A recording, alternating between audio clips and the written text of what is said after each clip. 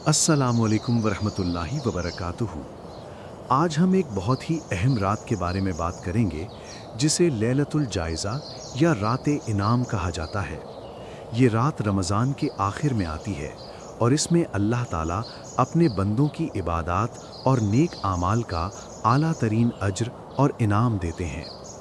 आज के वीडियो में हम कुरान और हदीस की रोशनी में जानेंगे कि ये रात क्यों ख़ास है, इसमें क्या इबादत की जाएं और इस रात के बेहतरीन आमाल कौन से हैं।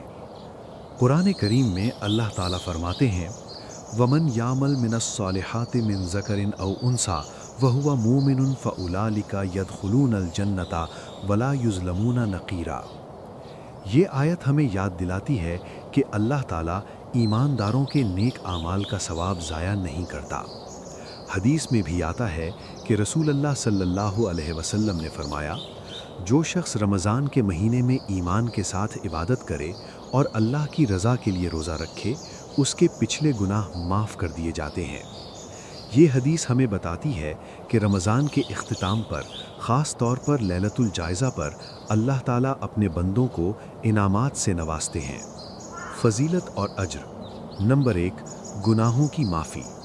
ये रात ख़ास तौर पर उन लोगों के लिए है जो रोज़ा और इबादत में मशगूल रहे हैं। अल्लाह ताला उनके गुनाह माफ़ फरमाते हैं। नंबर 2, दुआ कबूल होने की रात। रसूल अल्लाह ने फरमाया, मोमिन की दुआएं इस रात कबूल होती हैं, इसलिए दिल से दुआ करें। नंबर 3, अज्र का इजाफ़ा। हर नेक अमल इस रात में बहुत ज़्यादा सवाब के साथ लिखा जाता है। इस रात के आमाल। नंबर 1, नमाज। नमाज तहज्जुद, नमाज शब और ज़्यादा से ज़्यादा नफिल नमाजें। नंबर 2, कुरान की तिलावत करें और उसका मफ़हूम समझने की कोशिश करें। नंबर 3, इस्तिग़फ़ार और तौबा, अल्लाह से अपने गुनाहों की माफ़ी मांगें। नंबर 4, सदक़ात व खैरात, अल्लाह की खुशनुदी के लिए सदका दें। नंबर 5, दुआ, ख़ास तौर पर अपनी और अपने अहलो अज़ीज़ों के लिए दुआएं करें। रसूल अल्लाह की हिदायत के मुताबिक इस रात में ये दुआएं पढ़ना बहुत मौस्सिर है।